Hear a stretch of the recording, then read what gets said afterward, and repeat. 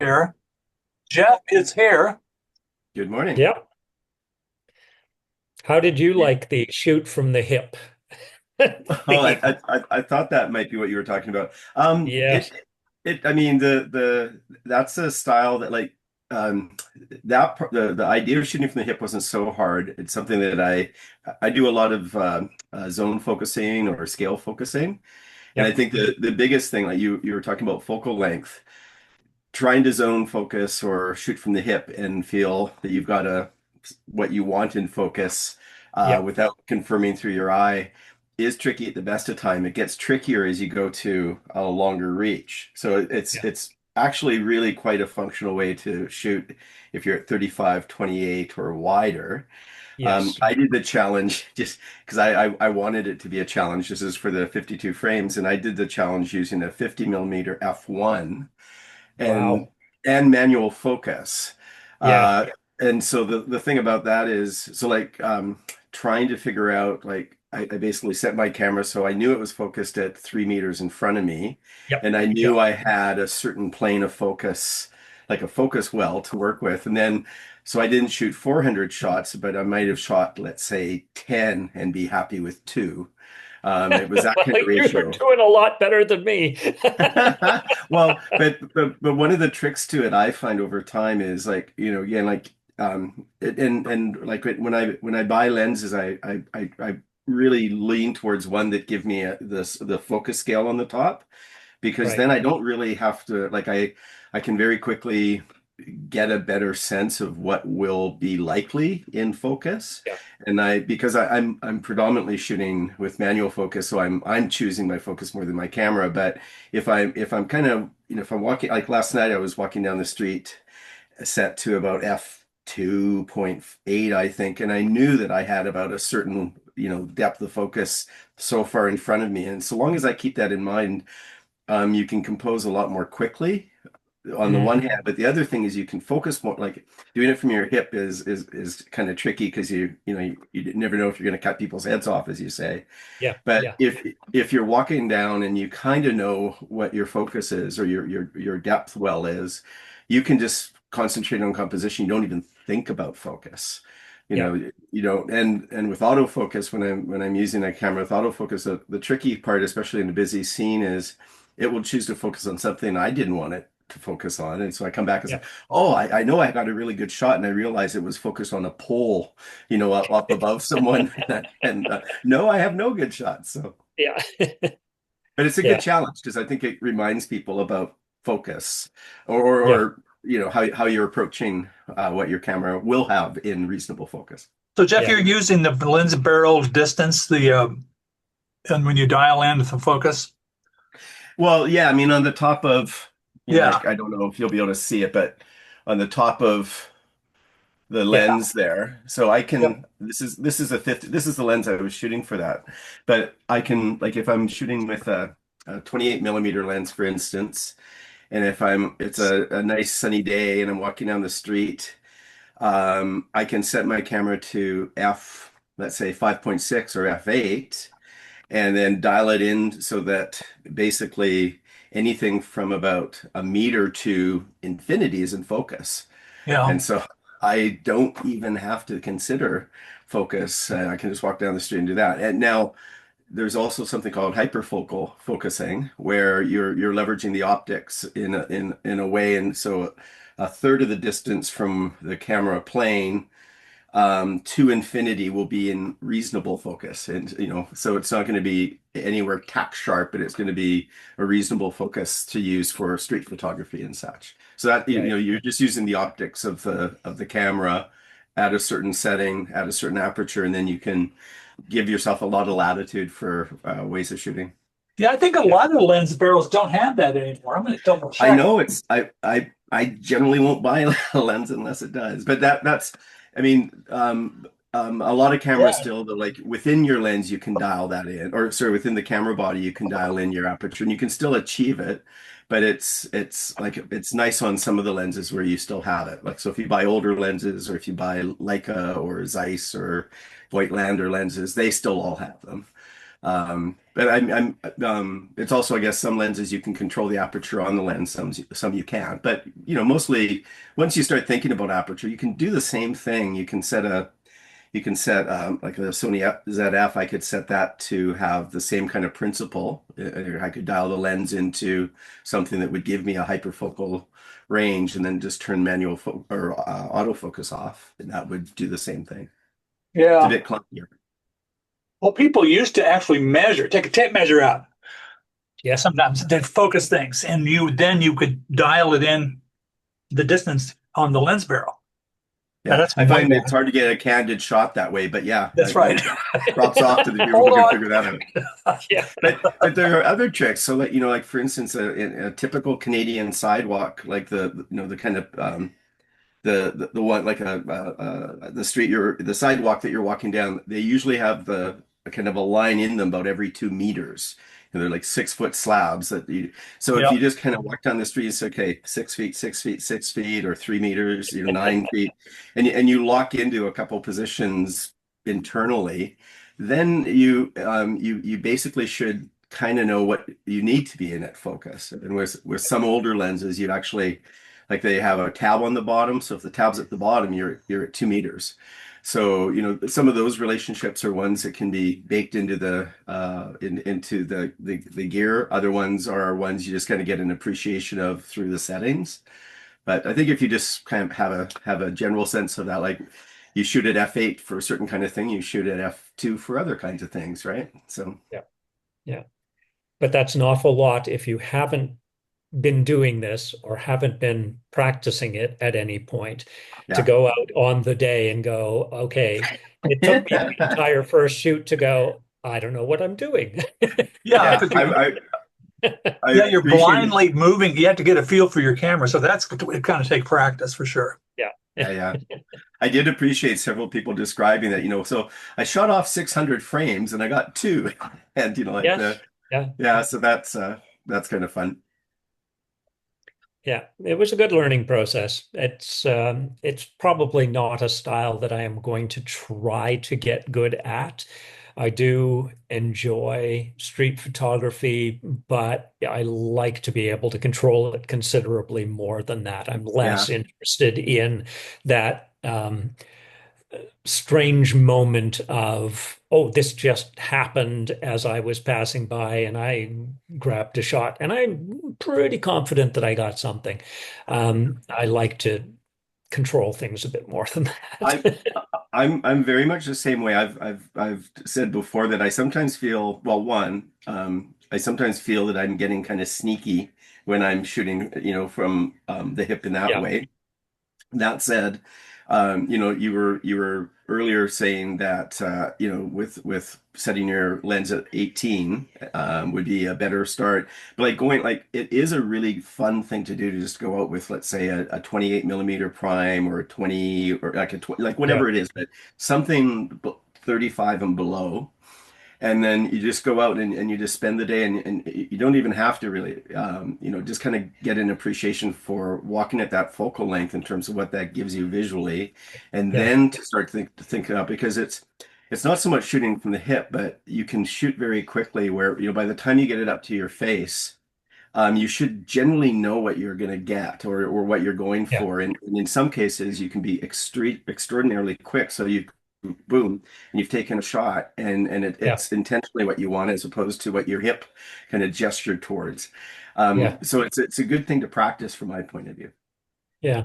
Well, I chose to go out with my 40 mil because it is my sharpest lens, Yeah, as opposed to going out with the 18 to 55, setting it to around 18 or 20, and knowing that I would have more to work with and that I could crop. yeah. So, and I think if I were doing it again, I would go with the 18 to 55. I only have three lenses, Hmm. 55 to 200 and 18 to 55, and a 40 millimeter macro. And I really like the 40, but It's a you're lovely locked, focal range. yeah, you're locked into what that is giving you. And that was where part of my problem lie. So you get the Right. 40 millimeters, the Nikkor micro. Yeah. Yeah. I had a couple of those. One got damaged by water so bad I had to get another one. But they're Right. inexpensive and they're Yeah. really sharp. Yeah. I think I might like to get the 105 macro as well. Yep. They're a little harder to come by and considerably more expensive, but because I have a D500 Nikon, they're stopping, they don't make that stuff anymore. So you're going with old lenses. Yeah, I Oh, but traded in my 105 off of my DSLR so I can get the Z version. So there ought to be some of those are out cheaper if you're going to be shooting with the DSLR. Yeah. Yep. But that's about what, about a grand to get a Z 105? Yeah. I think most of the will say Z because two of us are Canadian. Yeah, that's right. The Z series, when I've taken a look at things, I don't know that I've seen them for less than 2,000 Canadian. Oh, wow. Uh, and some of them up more around four, five, six. So it's an investment.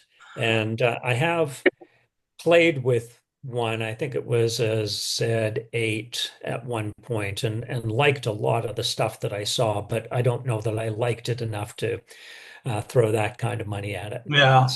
So much there's of the a stuff that I do has a lot of post-production where I actually lower the resolution yeah. and am less fussed about something being really in focus because I'm lowering resolution.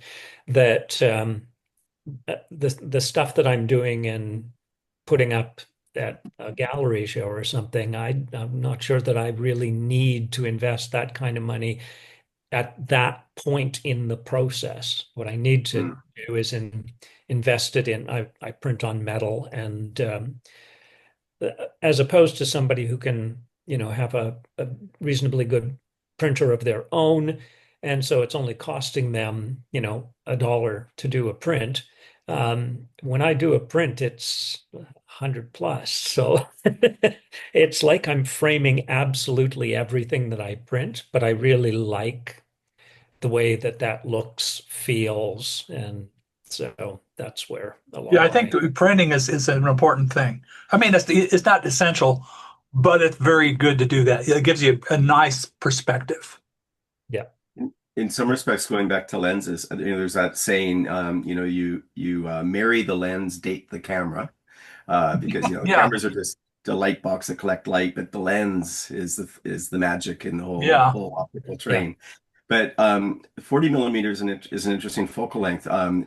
Years ago, Pentax developed a limited 43 millimeter lens. I have a copy of that.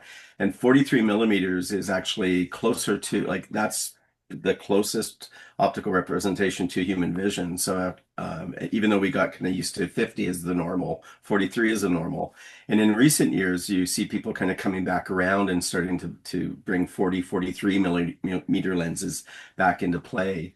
But in many respects, especially with mirrorless cameras now, it's a total golden age for lenses because so on my camera, like I can on my M10, I can use I bought a lens not so long ago from 1931, an old 3.5 35 millimeter 3.5 centimeter f3.5.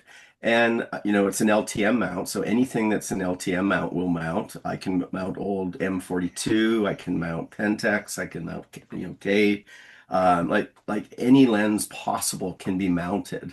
And I look at that and you get both high quality lenses that people just don't place a value on anymore, or they've recently rediscovered them, and so they do have a market value, and so things are going up. But just the range of possibilities in terms of what kind of characteristics you want, or and that could be in terms of the optics of the lens, but it could also be like something big, something small, something, the shape, size, and color you want. All of those things, there's just so much more latitude to that now because of mirrorless bodies. So it's just remarkable. I've been going out and lashing with a couple of adapters things to both. I have a Nikon ZF Uh, ZF just sounds wrong, Teddy. I just have to say it's a ZF. And to the mirrorless to the M10. And again, I'm just having such a hoot with it because of what you just have, like you spend $50 on a lens and it actually produces remarkable stuff. The challenge is people are discovering what jewels are exist in all of these old lenses, and so they're getting snapped up now. So you have to be really fast to find the good stuff that's out there.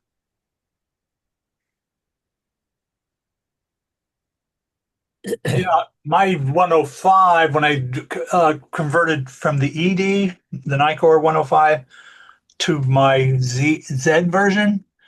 It's okay. The mirrorless You can version, speak American. the newer version is a little bit sharper. Is it? Yes, and my understanding is because the design when they redesigned the lens for the mirrorless cameras, the new computer algorithms and everything Mm. really improved the quality of the lens. I mean, it's This not a is my huge difference, but there's a difference. Yeah, this is my favorite Nikkor 35 millimeter. Hmm. So Well, 1953. So yeah. So and again, I can mount it to the ZF. I can mount it to the Leica. I can so it's just fun. You can have three or four of these with you if you want, and just a tiny little case. And they give really good quality too. There's that's nothing wrong about with the the size quality of of it. a small enlarging lens. Yeah, I got exactly. I got an Nikkor enlarger lens that was large enough to do medium format film. So it's a little bit bigger than most enlarging lenses. So anyway, you were talking about talking about printing, and Yeah. one thing, and then here's one thing about printing that I found is that is where your aspect ratio is more important than any. I mean, digital, you can whatever shapes you want, to view things on the screen. But if you want to get a printout, you're sort of stuck unless you trim paper down quite a bit. You're kind of stuck on the format, like an 8 by 10 format or 8.5 by 11 or whatever it might be. So I've been trying to, and I've been wanting to like create like 8 by 10 photos, cropping down to the 8 by 10 or the 4 by 5 aspect, and also 16 by 9. Mhm. So my goal is to have, oh, maybe that and square as well. And then I will try to get boxes of the exact 8 by 10, no problem, but a 16 by 9 box, it could be another story, but I would like to have just a box with the prints that somebody could go through and look at them, not page through them, but to actually pick the print up and look at it. So that's my goal. I mean, I'm planning on doing that on MPEX. This doesn't cost that much to order the prints, and the exercise of actually deciding which ones I would want to print will be helpful because that'll be a way for me to determine, to call my stuff. And I just think that would be a great exercise. But what are your thoughts about formatting? I mean, I think when you're talking about on a printer, that's another wrinkle because of the size of the paper. Yeah, it's I think you can probably, I'll turn on this light. You can see the print that's behind me. Yeah. Not well, but you can see that. That's printed on metal, and you'll also notice that it has a black frame around it. Um, when I'm printing on metal, I can work with any dimension to a quarter of an inch. And so I don't worry about format at all printing on metal because I always frame my stuff this way with that 1 inch black around the outside. If I am at 3/8 of an inch instead of a quarter inch, all of the adjustment happens in the black, and the Yeah. most I can lose on any one side is a 16th of an inch because I'm out by an eighth, and that's spread over the two sides. So the most that I'm going to be different between my top and bottom, which will be even in my sides, is a 16th of an inch. You're not going to notice that. Yeah. And so with this printing, I don't have to pay attention to format at all. And I have think now this one does not have the black around it. This was sort of from the, but you can tell this is not a standard Yeah. form for that abstract. And at first, I really disliked the way I was losing stuff to bleed because I had to work within a quarter inch. But then I came up with this notion of putting essentially a false mat on all of my pieces. They hang without a frame, and they just end up looking a little more finished this way than they did just hanging without a frame and having the print go all the way to the edges. It looks to me And like so, you've optically centered that as well. yeah, yeah. So, When you mhm, Sorry, when you described that a month or so back, Greg, I thought it was a brilliant strategy because not only does it, as you've described, give you the control over the most important part, which is the image, and you're never yeah, struggling with the bleed off the edge, but you're solving the second problem that I keep getting nipped by, where I have a certain image that I want, and I fail to figure out what kind of frame it will go in. And then I'm in yeah, the world of trying to find the right mat and the right physical frame. But you're yeah, basically printing a digital image that is inclusive of a frame and printing it yeah, on a medium that gives you full control. So I just went, yeah. wow, that you just kind of solve two problems in one go. Yeah, the problem that I didn't solve Mhm. is that you can choose to print 40 or 50 for the price that I'm paying for one. And then you can decide which of those Yeah, 40 or 50 you're going to spend the money to frame. I don't get that option. And I have been both really pleasantly surprised by pieces that I've seen on my computer screen and I print and go, oh my goodness, that one looks so much better than I thought it was going to. And other ones that I'm really excited about and get them back and go, well, it's not quite as good as I had imagined it was going to be.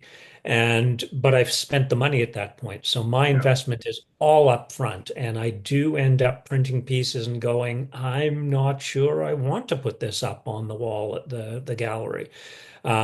But once it's done. I don't have to be concerned about, okay, now I've got to go out and get a decent right. frame and a mat and make sure Is it's going to work. Now, right. when you Is there say, go ahead.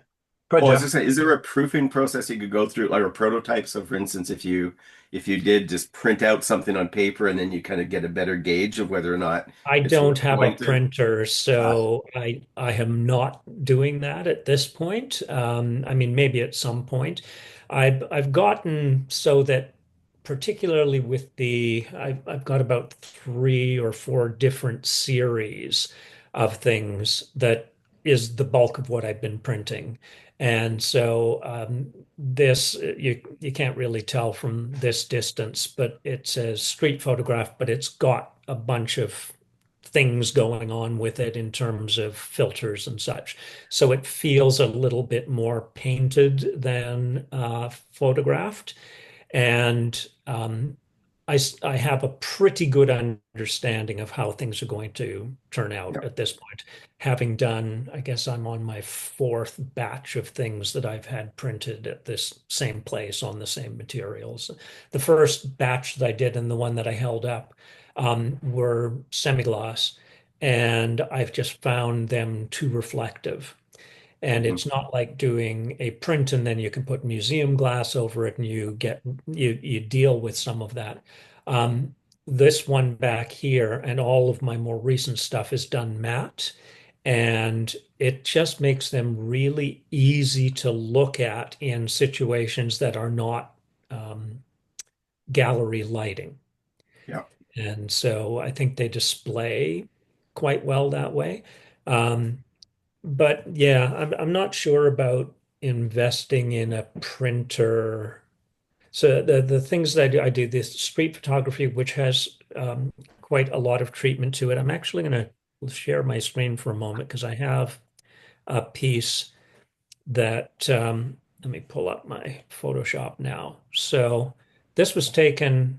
at a cross-country ski location north of Toronto, outside of Barrie, Ontario, where I've done a lot of forest stuff. Now I'm just going to skip right to the final version and come on. Oh, it's spinning its wheel. Just a moment. It's loading in all the layers. There, There. Oh, yeah, that's there we go. that's what I end up printing. And Neat. so it does not feel like a photograph per se. And I mean, you can see the layers that I've got here to achieve that. But it's a process that I can follow. There's sort of a recipe for it. And at each of those steps, you may tweak this parameter or tweak that parameter, adjust your colors and various things. But I know what that's going to end up looking and feeling like when I print it. And I've found that I think there's to some extent a limited market for people purchasing photography. And I found that this sort of thing is where I end up getting sales, Hmm. as opposed to straight photography. Now, I also do an entire series that I just refer to as on white, and I shoot objects, flowers, all sorts of odd things, either on white foam core and then control for shadows, or on my You like? light panel here, my Godox, and have no shadows whatsoever. And I think those show quite nicely. And then I also have an on black series Hmm. of things.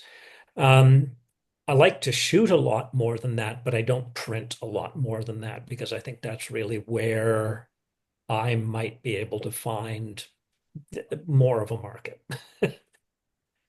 And when you mentioned earlier on that when you got the prints back, you were kind of disappointed in their quality at The first. Was it? not in the quality, and it was more in the first batch of things that I did, and I was disappointed that I was losing stuff to bleed, and more than I anticipated I might. I wasn't entirely happy with the fact that I had gone with a semi-gloss, and ended up, particularly if I hung it here at the house and went, oh my goodness, I have to stand like this in order to look at it and not get all this reflection. Once I got to this process, there are still, yes, there are ones where I think they're going to be great and they're good, but not quite as good as I had hoped they might be. And other ones that I think are going to be good, and I get them back and go, wow, I really like this one. So there is still some of that that goes on, but not nearly as much in that as in that first round. But you didn't have any problems like with the exposure in general, like you did No, look come back looking flat or too dark or too bright. no. Because The one thing in place a that darkroom you concern yourself with, but like I was able to do 20 by 24 prints, and you don't want to throw a sheet of 20 by 24 paper into a drum and then go, gosh, this is too dark, and go to get another yeah, piece of paper. So what I would do, I would cut one of those up into little test strips and yeah, develop those, and then I reliably got well exposed prints. So that's yeah, one, and it used to be too when you if you had a lab where they do the prints, somebody you can talk to the actual print maker and you can fine tune the prints that way. yeah, So Yeah. yeah. we don't really have that anymore, Well, which there that still comes into play, Teddy. I mean, I noted earlier you mentioned, Greg, about, like discovering that in fact you didn't like the glossy and you preferred the matte in terms of the Yeah. final print on the metal. I've got it behind me that I haven't used it yet. I'll maybe play around a bit in the coming weeks. But you buy a package of papers. You get a sampler package. So you have, let's say, mattes. You have heavier grade, lighter grade. You might have something that has a little bit of rag in it, so it's more, like textured Yeah. prints. So you can play around a fair bit with different kinds of paper and then get a sense of that. And then if you lock into something, say, well, I really like this particular stock of paper, then you can kind of direct things that and it can be quite a dramatically different look. So I'm discovering or rediscovering that with the current printer I'm using. And then the other way that this comes into play is on some printers you can swap in and out certain inks, like especially if you print a lot of black and white, you can sometimes swap out a couple ones to add in a couple additional things to give you a little bit more tonality on the paper that you choose. And so those are ways there's actually a fair bit of control that you can have to that. Or as you said earlier, Teddy, you can send stuff out to printers still and have like the better printers will do that kind of work for you as opposed to sending it to, let's say, the drugstore and they just kind of bang out the thing they do off the machine. But it's really interesting when you start shooting with like more like papers that have textures on them, Yeah. because all kinds of different qualities, not always good because they often will muddy up things, or they pull resolution away because they contribute their own texture into the picture, but it can actually be quite lovely. It's fun to experiment with, at least I find. I'm trying to get back into printing a little bit more, but I just don't have a lot of wall space to hang things. So I do it more when I'm giving it away to friends and family than for myself. Yeah. Yeah, one other thing to consider too, especially if you have larger prints, is if you have to transport them to exhibits and things like that, you got to be careful. You be careful of that the finish doesn't get scratched. So if some type of glass or plastic cover uh, is usually best. I had one print that had a nasty scratch in it, and from that point on, I've always have some type of archival or museum quality craft. And it's crazy because it almost looks like there's no glass on it at all, and it totally protects it. But that's something to consider. If you're just going to get a print and hang it up in your own home and leave it there forever, no problem. And also, it's a smaller print. That's not as high of a risk. Mhm. Right. Yeah. I'm going to share once more and show you one from call it. So this was one from a fall series done with much the same kind of treatment. And I do put a signature on them. And when I put my signature on them, I put it right here because it showed up reasonably well. Um, and when I got it back, it looked like I had artificially put a glow around the signature as Oh no. opposed to it just laying Yeah. in the image properly. So this was one where, and it didn't strike me that way when I was looking at it on my computer screen. To me, it looked just fine where I had placed it.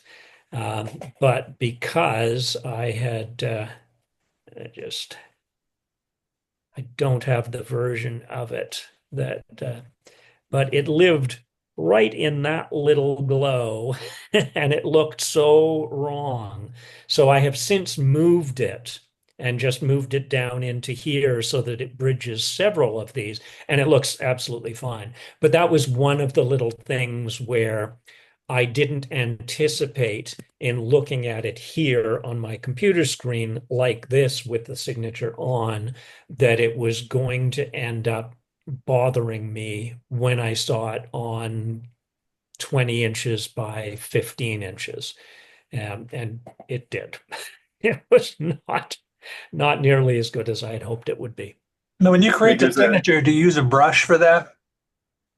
I have, I'm going to have to just a moment. Let's close that. I will find it because what I had done, I don't have it sitting around here. I had a white piece of paper and I use just my initials, GT, done as a G, and then I just extend the descender and that becomes the T. And I have three different versions of them, all hand done.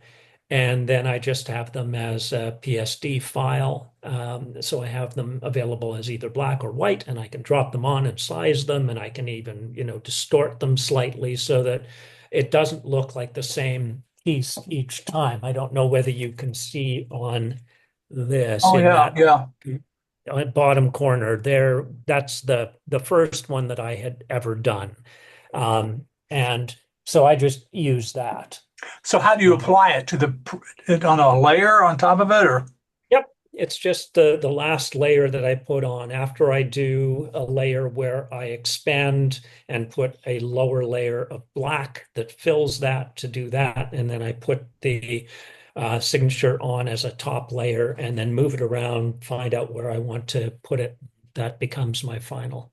because you should be able to create a custom brush for that. So you just click and there's your like a stamp, and you can change Yeah, the size of it and things like that.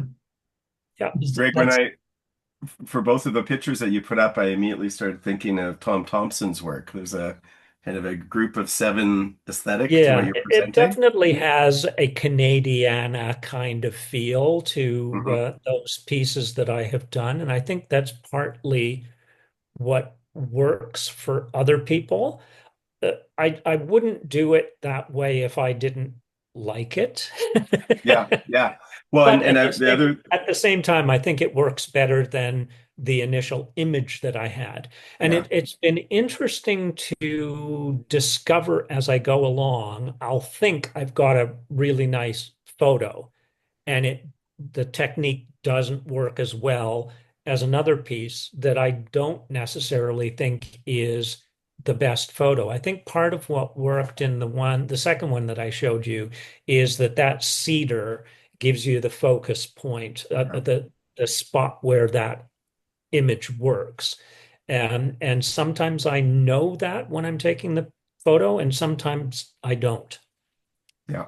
Well, and I was also like with the last one when you came in with the detail a little bit, I was thinking that it'd be interesting that you can print onto things that are a little bit translucent, so more of Mm, a sheet of plastic. It would be yeah, fascinating to see that last one you showed us mounted with a light behind it. So there's right. especially with those kind of blues and oranges that are Yeah, in the yeah. spaces of the trees. That would just be Yeah, it'd be there really is beautiful.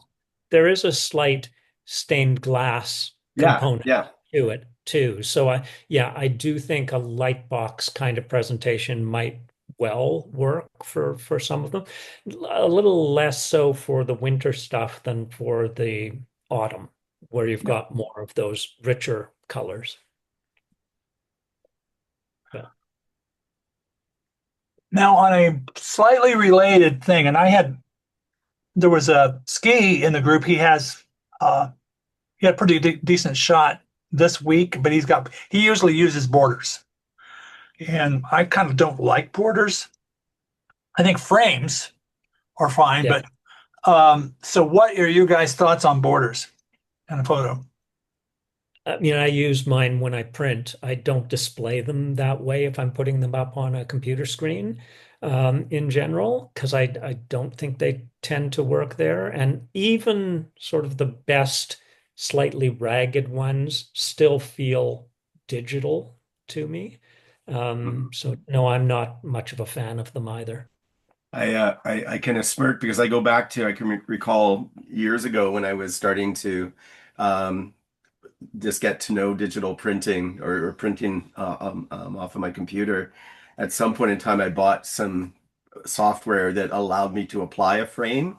And so what followed was maybe a short, relatively short, thankfully, period of shameless, cheesy frames that were introduced, like pretend film stock, kind of Yeah. interesting, distorted kind of things around the edges, even vignetting, Teddy, if you can believe it. And I guess one thing that as cheesy and as ill-informed as that can be in the end, the idea that you can manipulate, aesthetically manipulate for an effect that you might be going after, even if my taste at the time wasn't very well developed for it. I think that that's not a bad thing to go through because part of what's spectacularly um, creative in the tools that we have for us right now. It's like we do not have to limit ourselves to, what's just within the frame, or Mhm. a treatment that kind of forces us to bang out things that are like 8.5 by 11s, and like in a standard format. We can introduce an aesthetic and an approach. And I'm really intrigued by the way in which people are doing that with just photography, in terms like to make it theirs. And how you make it your own is, I think, like you've got the full range of tasteful and less tasteful, more successful, less successful, but pushing into the thing that makes you happy with your print, be it a straight edge, a black edge, a white edge, what have you. I think that it's marvelous that people kind of work through that and think about. I prefer that people think about it than not, and then maybe land at something that they can defend, right? Or could say, I like it like this, which is enough of a defense, frankly, even though it might not be the choice that I would make. Yeah. I think also just going back to it was interesting to me that you brought up the whole notion of aspect ratios, and it was something that we had a discussion on at the camera club that I'm part of here in Toronto just recently. And there's one fellow who's part of the club who works at a place called the Image Center, which does a lot of display of particularly important archival photographs. So they've currently got a display on by, and oh, the name just escaped me. It starts with M. It's not Mammoth, but it's something like that. And it included Henri Cartier-Bresson and Robert Capa How about and Magnum? yes, Magnum. And so they have a display on of Magnum photographs from 1954 and 55. Now, two of the members had died in 54, so it's limited. The Bresson stuff is all material from the last days and then the funeral of Gandhi. But a Mhm. really interesting. And one of the things that he said is because he has a massive interest in this old imagery and what people were doing back then. And he said they did not pay attention to aspect ratio. So much of the time, what you end up seeing printed by many of these important photographers is really unusual sizes. I found it very interesting that one of the images that was on display, and I don't recall which of the photographers it was, but our group, and I have a tendency to point out, you've got your horizon is not really quite straight, and that is so easy to fix. You really ought to fix that. And here was a photograph which had been displayed in the original Magnum show in Paris. And the boards that they were mounted on have then been cut into pieces so that each individual photo is there. So you know it is going up exactly the way they displayed it. And the horizon is perfectly straight because the print is crooked. So here's, an important photographer who realized it was sufficiently important to get the horizon straight that he was willing to put his shot up crooked. And a number of the other people had not noticed. I mean, it wasn't a vast change, but as soon as I pointed it out, they went, "Oh, I can't unsee that now." Yeah, that's an interesting idea to deliberately shoot like that so that the horizon's level, but the frame is crooked. Yeah. Yeah, yeah, That yeah. would be a fun thing to do. Yeah, hang all your work Yeah, slightly askew and make sure that the horizons are straight. whatever you do. Yeah. Yeah. There's a Well, Seussian quality to that. but with the borders now, that's something I have a problem with, and I can't really see a problem. I don't understand when you have a print when you have a framed photograph, and Yeah. inside that frame is a white mat board, and then inside that white mat board is the photograph. Yeah. I mean, I think I understand if you had a small photo and you're trying to just make it bigger, make it more noticeable. But other than that, I don't understand why. I Why think a would you Yeah. do big that? part of it is you want to isolate and separate your photo from the rest, right? So it is, I think, an aesthetic technique of framing. You can take something and like when you look at sometimes it's very simple in terms of going black, white photo, or sometimes it's very elaborate. I don't know the last time you took a picture to be framed by a professional frame maker. But they pull out, okay, here's the color of the wood on the frame, and we can match it to the eye of your subject. And then here's the mat Yeah. that will pull this detail here. Like there's a whole set of additional aesthetics choices that people can make, which become part of it. But I think the simplest thing is that it is a way to separate your image from whatever surrounding environment you're hanging it in. But I think that's what the frame is supposed to do. So Yeah. Well, but the mat can play that role as well. yeah, well, I don't know.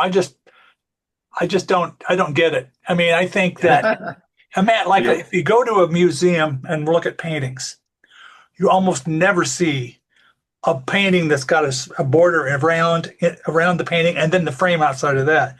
The and like say if you went to see Van Gogh's Starry Night and instead of the frame you actually had a border around it, like a white border or a black border, that would like what that would be an element in the composition. In fact, Yeah. I would argue that when you do that with that matte board, that the white matte is part of the composition Mhm. at that point. I mean, the frame in real life is important for many reasons. Like what goes back to when you were people would paint, you had to keep the frame to prevent the canvas from warping and things like that.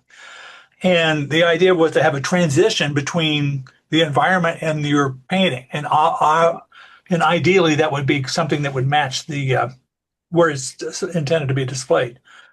So anyway, I think a lot of people like to do that. I think, in my opinion, it's a style, and it could be just my opinion only that it is important to have that white, broad, matte look around the print. But like with I do my prints, I don't know if you can see this or not. They're Yep. just black frames, Hmm. bumped up into the edge of the frame. So I never use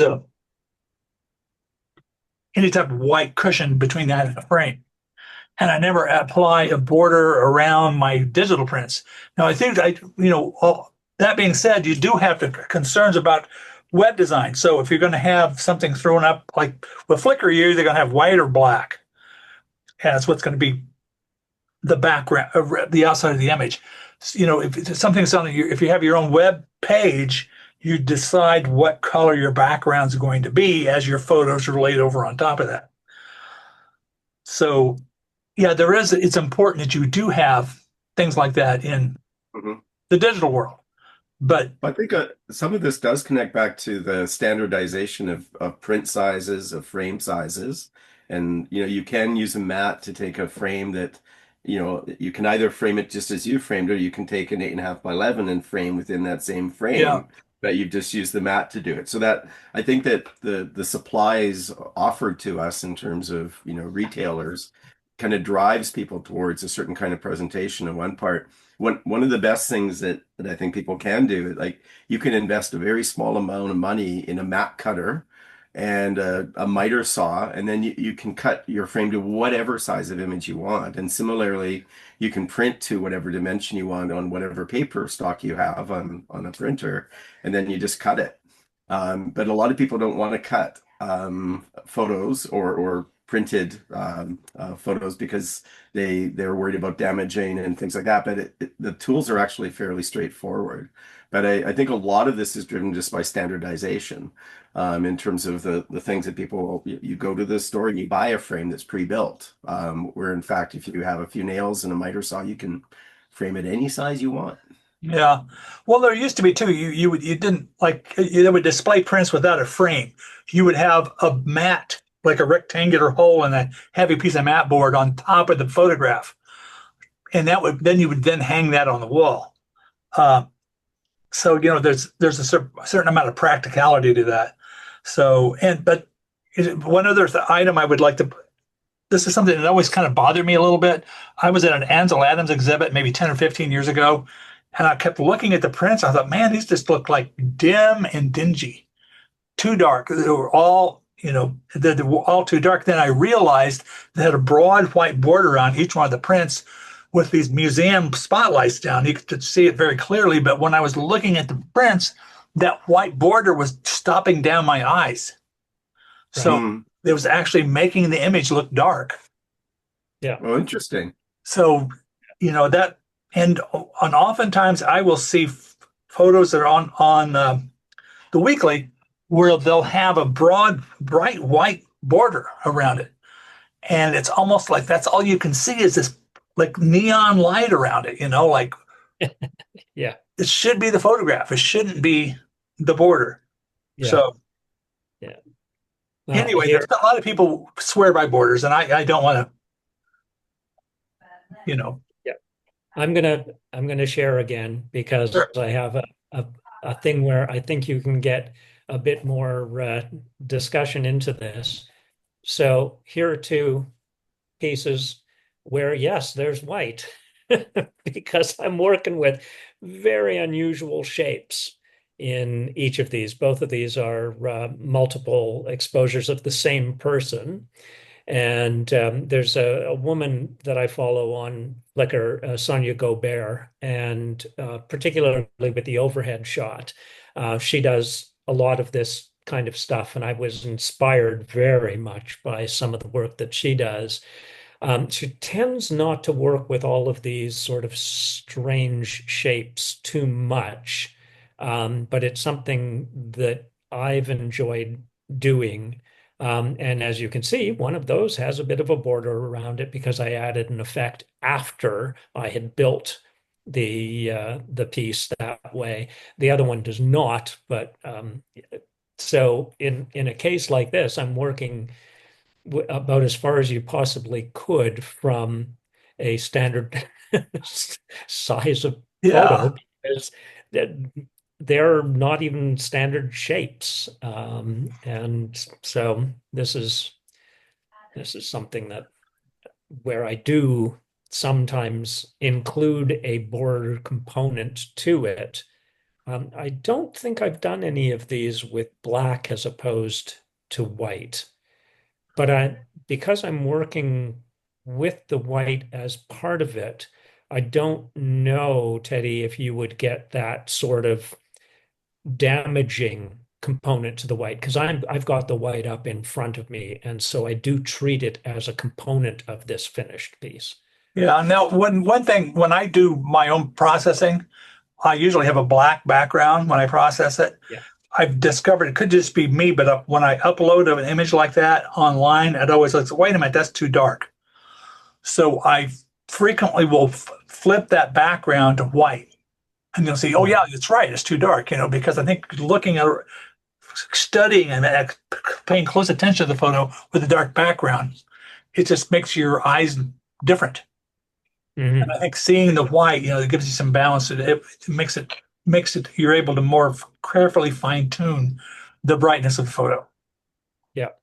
Yeah, I have found that when I put the black around my pieces before they're printed, I do sometimes then go in and tweak the brightness, the vibrance a little bit, because yes, the black does have an impact on the way it ends up looking. So you're Hmm. absolutely correct in saying your frame, my 1 inch of black, that is a component of the piece, and you do need to take it into account before you move forward with that. Do you ever put black around your piece digitally first to see how the black frame is going to No, look? no, all I do is I'm talking about the back, the when you have the canvas and then you have, I don't know what you call the, well, like when you get Photoshop up, like let me get mine.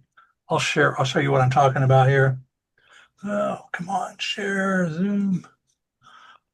There it is.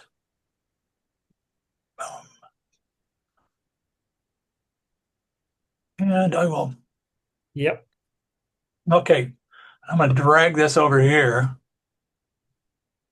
right. So you've got that it's dark gray as Now that opposed to dark gray around here. And I was also showing, notice these frames. This is yes. a very creative use of frames, and there's no white border around inside the frame. Anyway, No. yeah, this so what you can I can right click and I can have it select a custom color. I'll just make it white Right. and Yeah. it changes everything. So I mean, it doesn't change everything, but it's just different. I mean, I think looking at it, like staring at the image with the black background is automatically makes it look going to make it look too dark because the way your eyes are, the way your irises work. Mhm. Yeah, but I do think the colors look more vibrant against the black than they did against the white. But they are the same colors, you know. So, Well, absolutely. but Absolutely when they you are. when you throw it up online, though, generally it's going to look too dark if you're not careful. No, I'm just saying.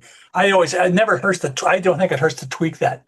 I don't know what you call that area around the thing, but there is Yeah. a name for that. Yeah.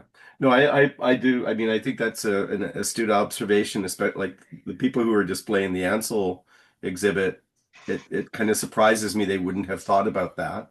But I've Hmm. certainly seen lots of things poorly lit. But I think especially when we're looking at stuff on screens. I mean, we're spending a lot of time today talking about printing. Things look different on paper than they do on screens. Yep. And so Absolutely. like really trying to appreciate the quality of light through something as opposed to light on. And then that's where attention to, and there's not a single right decision, but attention to how does the printer stock you choose, how does the ink you choose, how does the medium you're printing on, if it's metal or other things, how do all those things interact for I guess, the quality or the look of the final thing you want, and it will work in some cases and not in others. So it's really interesting just how deep a rabbit hole a person could go down. Like if they really want to get good at printing in a particular way, that's a whole area of research and exploration and probably fairly expensive experimentation before they're at a place where they feel that they've got control over that. And that's even more time Predictable you results. that's even more time you lose on shooting or doing post processing too. So, which I Yeah. guess that's another way of post processing. But um, yeah, but that's right. But that could be fun. I mean, I There are can people who like envision it, right? the funness. But yeah, but I at this point I got things I need to concern myself with. You know, that's why yeah, I'm not likely to go out and get a saw and a mat cutter and things like that. I'm just going to farm it out. Yeah, I do appreciate, I'm glad we don't spend a lot of time in our conversations here talking about ICC profiles and such because, that's maybe a little bit too far into the processing end of thing. I like the more, I don't know, the creative, the acquisition side of things a little bit more. But, what's lovely, I think, about these kinds of pursuits is that you can kind of obsess or drill down into certain components of this, whether it's on the side of taking the photo, taking the photos through to how you go through post-processing. Like for me, post-processing is a whole other shot at kind of creative approaches to photography. Hmm. So you get to kind of spend more time imagining what you have, and then that does feedback for me into what I go after when I'm back out with my camera somewhere. So Hmm. yeah, again, there's so many different aspects of this that you can, well, geek out on or get excited by or drive your learning through. Yeah. Yeah. Now, Greg, with your images that had the white like irregular patterns, Yeah. would you consider making a frame of that shape so you wouldn't have a rectangular or square? It would take some work, sure, but what would you think of? Yeah. When I have seen even things hanging, because, in somebody's gallery show that are either triangular or circular or some other slightly odd shape, boy, they just feel wrong to me. And so I think by anchoring my strain shape still into a rectangle, it brings a bit of normality to something that you're doing that is going outside. Um, and as I say, I've seen artworks and it can be fabric stuff and it's an odd shape or paintings that are an odd shape. and they feel really awkward to me. So no, I don't think I would attempt to get, my metal cut to these strange shapes that I'm creating. I think the strange shape still lives within a bit of normality. But one approach I've seen, Greg, like I was that my mind went to the same question, but like, wouldn't it be cool for you to actually follow that through with a unusually shaped framed Yeah, object or cut object? But I've seen people who will take something like, like something that's in a regular shape and then drop it onto some kind of textured background.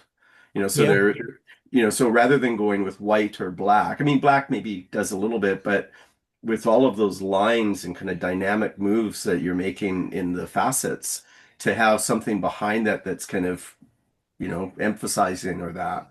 Like I yeah, some a friend of mine does really interesting kind of drawings and sometimes drops them onto just a piece of fabric that, like a really nice textured fabric or printed fabric. And that becomes like it helps to smooth out that irregularity in a certain way, but still kind of contribute to the aesthetic presentation mhm, of the rest of the artwork. yeah. Interesting. Maybe I'll play with it at some point. But also in a regular frame would definitely become part of the composition, where Oh, rectangular yeah, square frame would be more, generic or like ambiguous. yeah, yeah. And last thing I'm going to comment on, unless you guys have more to say about it, I always like to argue when people apply, think somebody said, I'm going to put this frame on this because it's really going to make this photo better. Nobody ever says, you know what this photo needs is a frame. There's a border. Nobody ever says something is missing with this photo. I know it's the border. There's no border. Yeah. Nobody ever says that. And you would think that if borders are that essential, you would think that would be one of the first questions you ask when you start to think about this photograph and how to present it. Yeah, this needs a border, But But the only place where I would perhaps disagree slightly with that is when you go to a gallery setting and somebody has put up things and they're just hung with, a couple of paperclip kinds of things. And then that is how the sheet of paper with the print on it is displayed. And there are times when I go, "Ugh, this this actually needs to be displayed differently. I think this takes away from it. So that's about the only time that I would say, yeah, that would do an exception for sure. But a lot of people also create their stuff on glass where yeah, you just have you still actually hang it like that, but you could hang it from clips if you wanted to. yeah, Um, which would, also that would be kind of cool if you had it on glass and you can have it illuminated from behind or viewed so that it would look different. That might be an interesting aspect of that because there used to be a color paper Kodak. I'm trying to think of the name of it, but it was designed to be viewed lit from behind. Grand Central Station used to have Kodak had a big display there where they had these giant photographs, but they were lit from behind. It was almost like a slide. So you got this, and it was a really cool um, feel to it, like almost like you're looking through it with a slide. I keep wanting to say Panalure, but Panalure is getting black and white prints from a color negative, but they had a specific name for that kind of process. But of course, that's all history now. So yeah, yeah. I just went to see Jeff Wall from Vancouver has a retrospective show going on here in Toronto, and all of his stuff is in light boxes. Mm, And so I must admit, I was less keen on his stuff seeing it in person. It can be pretty overwhelming. Some of the pieces are maybe 10 feet tall by 30 feet wide. You don't want to wow. make a mistake on printing that, you No. know, in a light box. And sometimes it's a triptych of things that are that huge. There were smaller pieces as well. But it's, yeah, in terms of the way you display something has a massive impact on the way people perceive it. And but he's an interesting photographer. He does things that feel as if they might be street photography, but they are completely staged. And so he builds a scene with actors and people. You stand here and you're doing this and you're pushing this, you know, trolley along the sidewalk, and this person is kneeling down to pick something up off the sidewalk. It's a very odd feeling because it you do look at it and go, this is too perfect in the way things are, and yet there's massive imperfection in it too. So Yeah. I can't say I was a big fan, but I'm glad I saw it. So I shared in Weekly some time ago an architecture shot of a building, a courtyard, and everything, and then, tucked in the corner that was a work by Stan Douglas. I don't know if you know his work. yeah. And I'll share something now. I went back and took another picture recently, and this is in the same area, but this time Oh, his that's Jeff Wall, isn't no, it? that's Stan Douglas. Oh, that's Stan Douglas, but that's a recreation. Yeah, exactly. Well, that's why I brought Yeah, it up because yeah, what's fascinating about this shot, and I didn't know until I actually looked into it some years ago that so there was a riot in Vancouver where the yeah, cops busted a bunch of hippie pot smoking hippies back in the 60s. And so Stan Douglas carefully reproduced this whole scene. So these are all yes, actors, and he built sets, and he did like this is all a full-on reconstruction. So the art and the industry behind the production of what is intended to be this candid moment of history is massive. yeah, But this thing, like, I mean, you can kind of get a sense of the scale of it. Like it's a huge bit of public art that, probably is what that would be like, 15 meters by 10 meters or yeah, something like that, in these big panels, and it's lit so that you can see it from either front or back side. But it has such a presence to it because it's so yeah, big. It's presented in this way. Yeah, But that's what they and had at Grand Central Station was like that, a permanent Kodak display.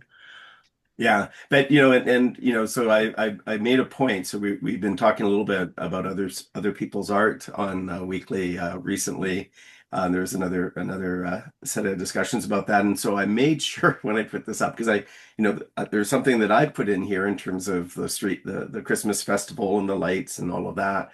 But it's his work of art here that makes this an interesting shot. No question about it. So I make sure I've got a link, I'm stating his name. I've got a link to his work and information about this, but I still love being able to include something like that in a photograph. yeah, yeah. Yeah. I'm gonna try and find something that of mine that has not at all the same, but has somebody else's art in it, and it's going to take me a moment to find it. So let's carry on with the discussion, and once I find it, I'll show it to you. Yeah, I love that piece. I have seen it before, and I was getting confused as to whose it was. Yeah, Uh, he's done a lot of interesting work. There's a street of Hastings here in Vancouver, I think 100 Hastings, and there are all these heritage buildings, these old upright, 6-story brick buildings built around the turn of last century, and it's a pretty rough, or let's say a poor part of the city right now. It hasn't had much redevelopment, and it's in kind of bad shape. And about 10, 15 years ago, he did a project with a medium format camera and basically imaged the whole block, and then you have a pull-out view of it. It is beautifully lit, but it's also a bit ethereal because I don't there are no people in it, and it's kind of it's at right. night, but it just shows the character of that whole block in a really fascinating way. But it took a lot of staging to make that happen. You couldn't just Yeah. image that without all that additional work.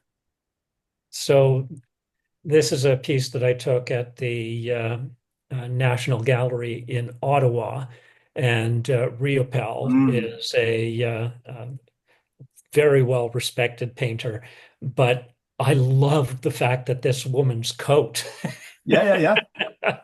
And That's so awesome. to me, this brought something new to Riopelle in this woman looking at the Riopelle painting. Yeah, I think we were talking about last week or the week before about transformation.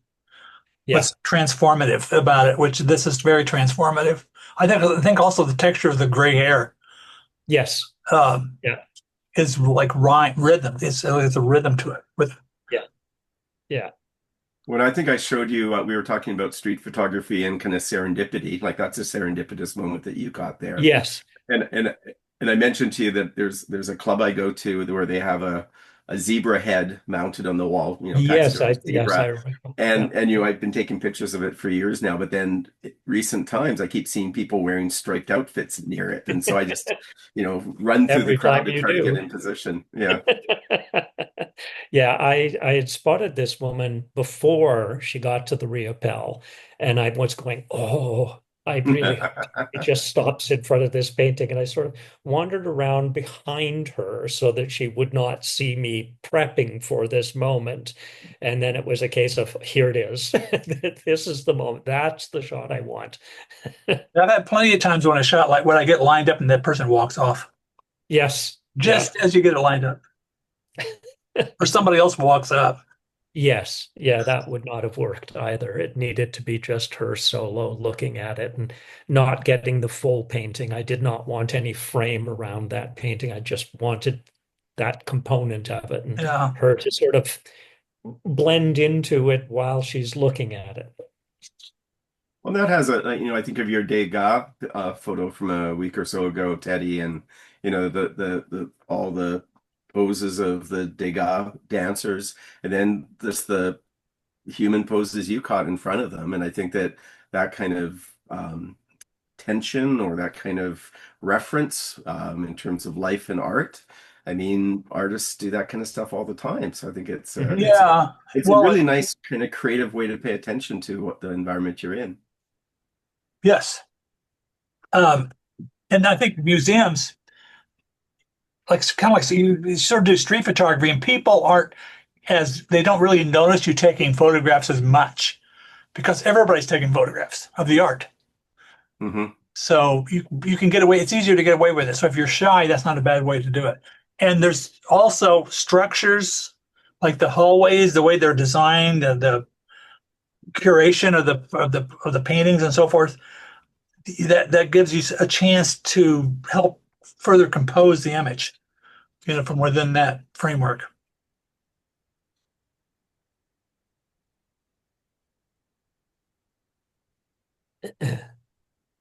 So, and let's see what. Now, I haven't been shooting anything at all now for a month. I mean, because I just don't like to get in the cold. And I've really been digging into my old photos and organizing my stuff, and reprocessing some of the things. Like the one of the Degas, that was one from 2019, Yeah. that I had dug out. And something I always looked at and I thought, yeah, maybe that's going to be okay. And then when I revisited it, I said, yeah, I think I really like that. So that's what I've been doing a lot of. Now I'm going to be in Norway next month. So hopefully I get some shots there, but it's going to be dark most of the time, of course. So hopefully some northern light shots is the goal. But so do you guys, I know you, Jeff, you go out a lot, but what about you, Ray? Do you go out much with your camera this time of year? Um, yeah, the forest shot, the first of the forest shots was taken last week when I went cross country skiing. I'm married into a cross country skiing family, Ah, and I'm not nearly as good as they are. And having my camera along gives me lots of opportunities to say I need a rest. It's a crutch as much as anything else, but and this is one of those things where being part of 52 frames, I'm shooting every week yeah, because your shot has to come from that week of the challenge. You can't go back to your back catalog. Well, you can, and then you could try and recreate something that you've done. So it's one of the things that has brought a lot more discipline to my shooting. I shoot every week. Generally, I devote Monday or at least a chunk of Monday to shooting something. And I find it really hard to hear people on 52 frames in their description saying, I shot on Sunday afternoon and then I had to edit and I barely got it in on time. I can't live that way. I panic if I haven't submitted by Wednesday. Yeah, there's another group I joined, this other group, and it's called Macro Mondays. Does the same thing, but it's for macros, Yes. Yeah. which you have a Yeah. theme every week. Yeah, it's good to have something like that. And even if you don't participate every week, there is something there that is saying you could do this. And I find that um, has really helped me um, to do things that I wouldn't normally do and to learn from that, to just keep doing. Yeah. And you get better by doing. So, when I swam as a master swimmer competitively, and you're practicing X number of times a week, well, you need to do that. Yeah, So, practice is important with photography. Yes. yeah, Mhm. Well, I like the principle, like the everyday carry. I mean, we all now always have phones with us, and yeah, it's nice to see. Like I prefer to shoot with my camera as opposed to my phone, and I see them as absolutely. different.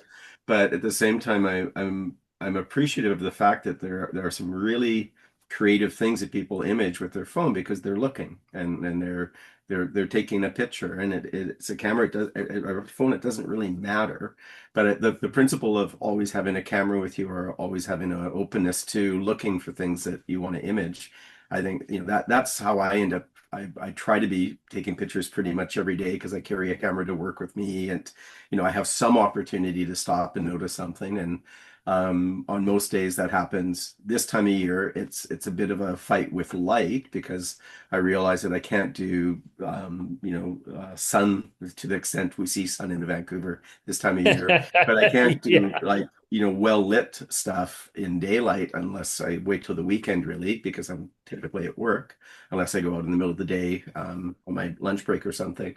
But there's so much that one can do in terms of night or early morning light as well. And yeah. then the other thing that I've been trying to do, like I try to kind of capture like a lot of stuff I put up on Flickr. I'm purposely putting stuff up that's kind of in some proximity to the time of year, though at this time of year, I'll put up stuff maybe from, let's say, last December as well as this December, because there's stuff that I didn't manage to put forward last year. So I do try to have what I'm putting up in that particular channel is something that's kind of connected to this is stuff that I'm kind of connecting with now. And the 52 frames is a new prompt for me.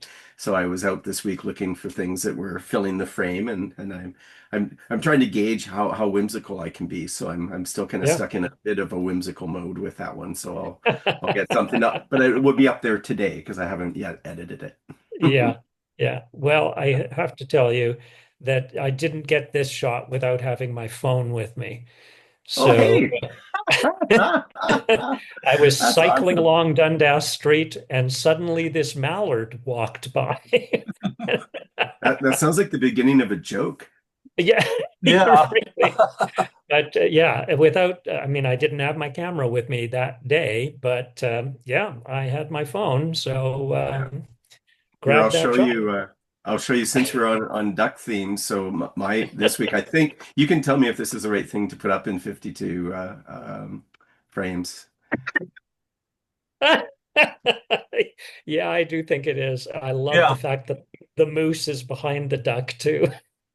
Yeah. If you look at back in my Flickr feed, I went there one day on my way to work, like at 7 in the morning, and they were all deflated. And it was like Okay, yeah, this yeah, strange carnage scene. And so there's a picture of this duck deflated and it was really odd, but I'm gonna put another series out where they're all inflated and this is one of them. So yeah. that's kind of fun. I discovered this in the past little while. I did so again, the principle of always just having a camera with me. So you know how we've been talking a bit about intentional camera motion? Hmm. So I've got a new version of that that I'm sure is not new to other people, but for me, I realized so as a technique, I call this intentional boat motion with camera. So I ended up Yes, you're standing in the boat. The boat I'm is moving. standing in a boat and it's a dark, I'm shooting through a window, so there's distortion from the window and it's, been filled with sea salt and everything, so there's weird distortion. But I'm shooting at about I think this is a 12th of a second exposure at f4 at night in a moving Yeah. boat. And I need to go and experiment more with that because it creates this kind of interesting, like there's detail, but then there's washes of detail according to the motion of the boat. And, and so, I mean, I've punched this up a little bit in post, but pretty much everything here is just right out of the camera. Right. But I've added some contrast and I've lifted a few of the spots and actually knocked down some things that were just towards some of the lights were overexposed a little bit. But I love kind of discovering these kind of things along the way. Ways to take pictures of areas of the city that I go to. And this is crossing over towards North Vancouver to Lonsdale Quay, so where the Polygon is, Teddy, to a Christmas market. So this whole trip here has, kind of sea passage and then in different parts of the city with decorations, and it's all at night. And it's in, there's in between patches of rain.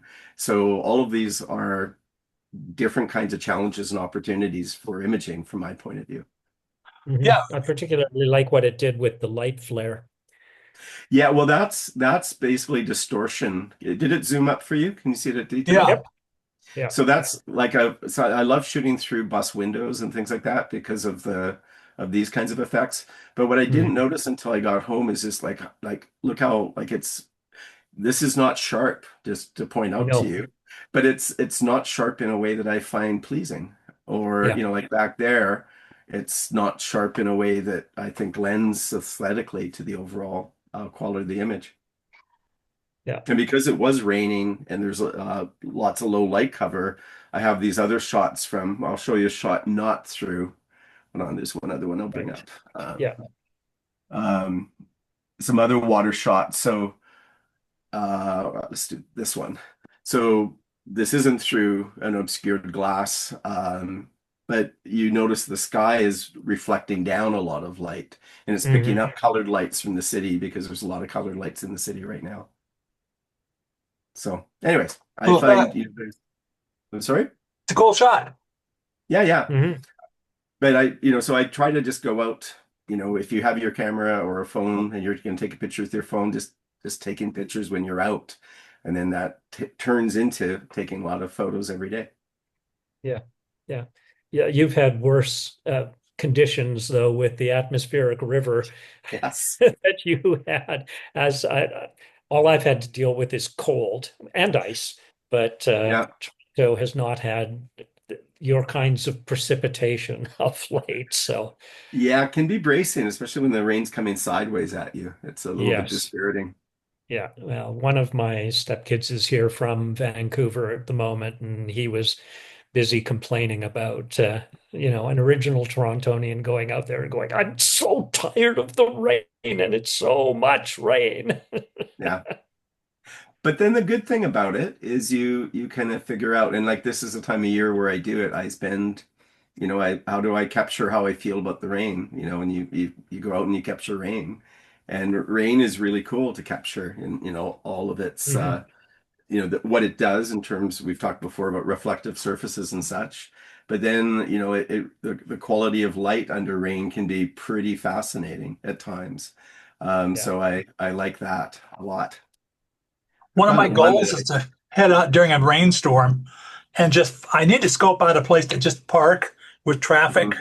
at an intersection and get splashes in the rain and stuff through the windshield. Just Yeah. see what Yeah, I can come up with. But I haven't done that yet. But intentional camera movement stuff is great. I mean, if you're on a train or a subway, you just hold your camera and let everything go by. yeah. Yeah. Yeah. Jeff, do you have a particular way that you protect your camera when you are truly out in the elements as opposed to shooting through a window through at the elements? Sure. Well, I've got two cameras that I can basically shoot. I don't have to really worry about rain, so I Right, can take them out. And I mean, I don't purposely immerse them, but I'm not going to get too fussed if I'm out in the rain with them. right. So that's maybe the first thing, to have a camera that has some weather sealing to it. And then then just kind of being, having, I'll often have, my camera under my jacket, and then I just kind of Yeah. bring it forward and shoot, and then put it back under the jacket. I haven't figured out a way to do it with, having like I was thinking, like someone needs to make a photographic umbrella hat that, Yeah. with Stetson or something. And I realized, okay, at a Then you got to certain worry point, about the wind there. well, yeah, Yeah. and then and Yeah. and then and then you just look really goofy. So there's that Yeah. piece of it.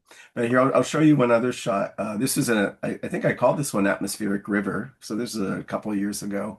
But I was out with a friend shooting, and again, I'm with a camera that I'm not really worried about it getting, and it was just Oh, coming yeah. down. Oh, yeah, there you Yeah. go.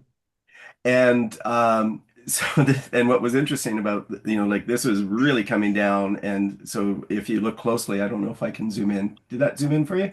Yes. Yeah. So if you can see, like, the ripples there, it almost looks like a river Yeah. effect, and you can see the intensity of the rain bouncing back up. So with Yeah. some of these sections, it's like you can really see how much water is generated through some of these things when they hit the city hard. Like, you get, 70 millimeters of rain in a short period of time.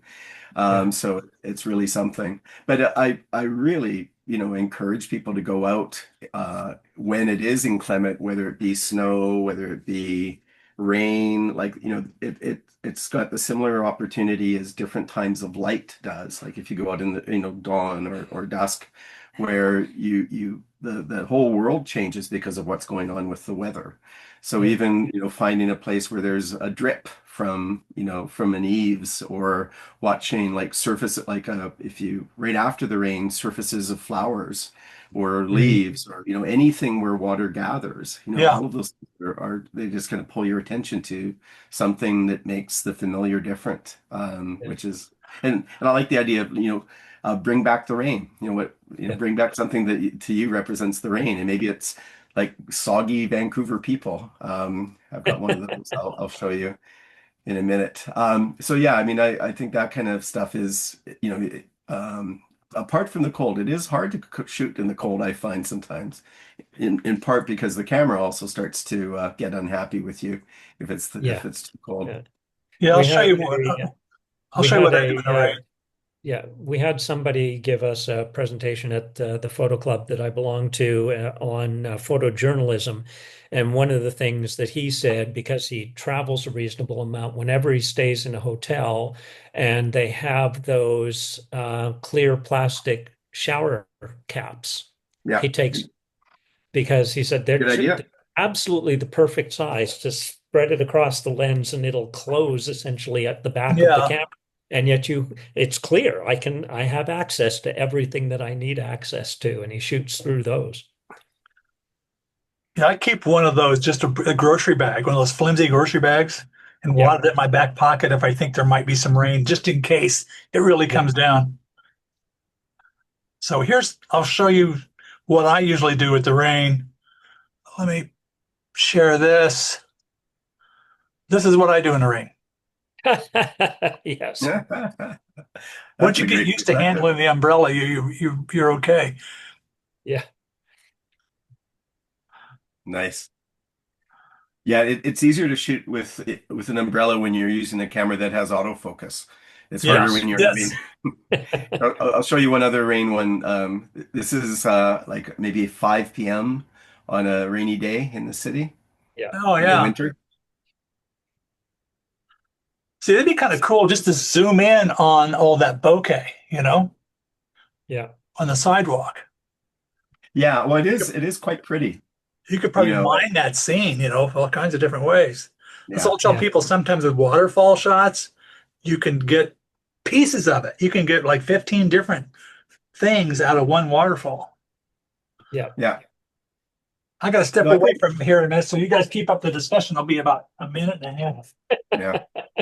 No, and a nice thing, because of the climate here, it is possible. Like, It's just starting to be the case now. So I can go up in elevation a little bit and find snow. So if I Right. want a snowy patch, I can go up to the North Shore Mountains and you have that. And then you have the transition zones between the snow and then it's back to green and then the mud in between, which is kind of fun. So Okay. Yeah. I don't know whether you regularly take a look at the upcoming challenges for 52 frames. I'm just So starting to. So yeah, so it was interesting. Week one of the year is always self-portrait.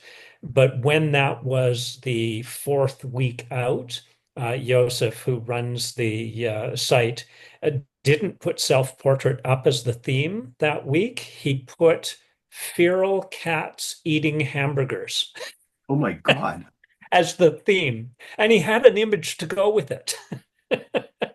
Anyway, it is self-portrait. So Okay. So yeah, that no, I think I was aware of that, so I have strategies for that, yeah, the selfie strategies. But no, I do appreciate like as I say, I'm still trying to figure out the community there and the kind of yeah, nature of the commentary and that, and so I'll just kind of and you know you commented on the stag that I offered. I was originally just going to head to a garden to do a macro shot for the nature week, but then I yeah. was downtown and I ran across what I call it like an urban elephant herd in terms of graffiti and things like that. So that Yeah, flipped my mind over to that. But I appreciated the fact that and you know this is a wonderful thing about a theme being or a challenge being just a word or a phrase, you can take that in a lot of different directions, and I've enjoyed seeing absolutely. that with the ones so Yeah, far. So I'll keep on with that. yeah. No, I like when you find things. There's a woman, you may want to just jot her name down, Lainey Klein. Hmm. She's really good. She does a lot of portraiture within the themes. But she also has a tremendous sense of humor about it.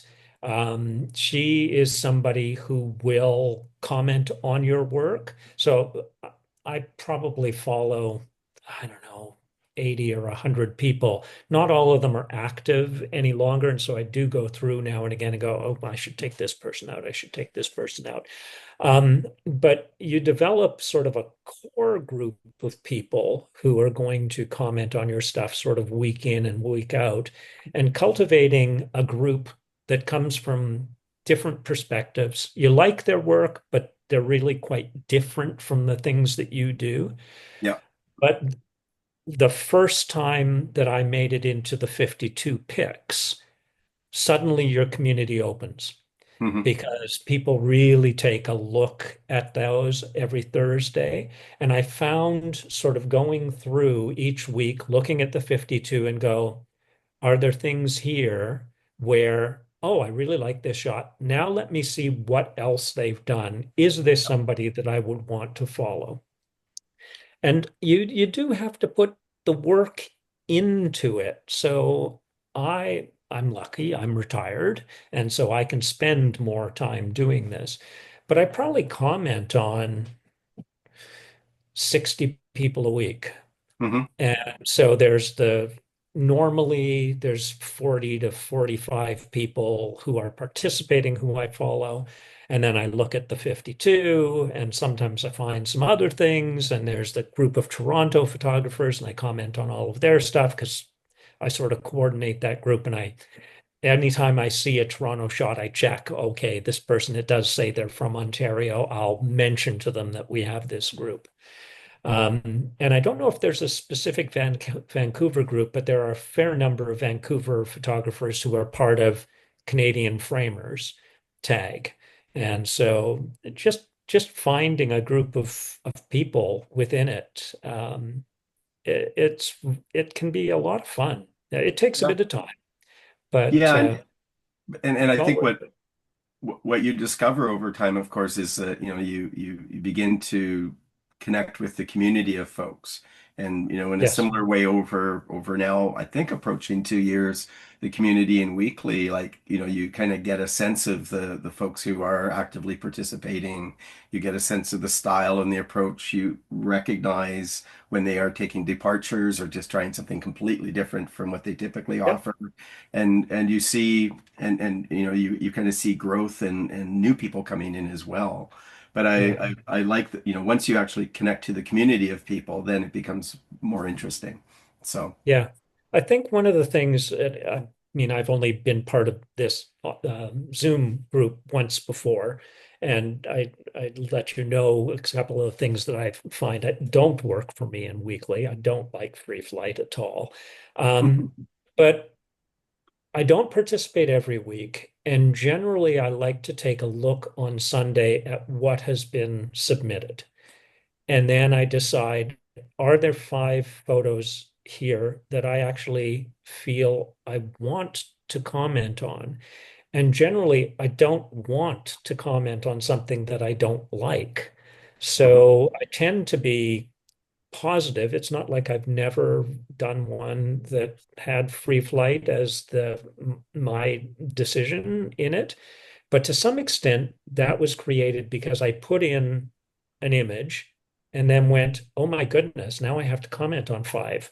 And there aren't 5 here that I want to say really nice things about. So I don't love the negative side of it. So there have been a couple of weeks where I've just been too busy or doing something else and haven't put something in. But there have also been at least 2 weeks where I didn't put something in because I didn't think I could be positive about 5 of the pieces that I saw there.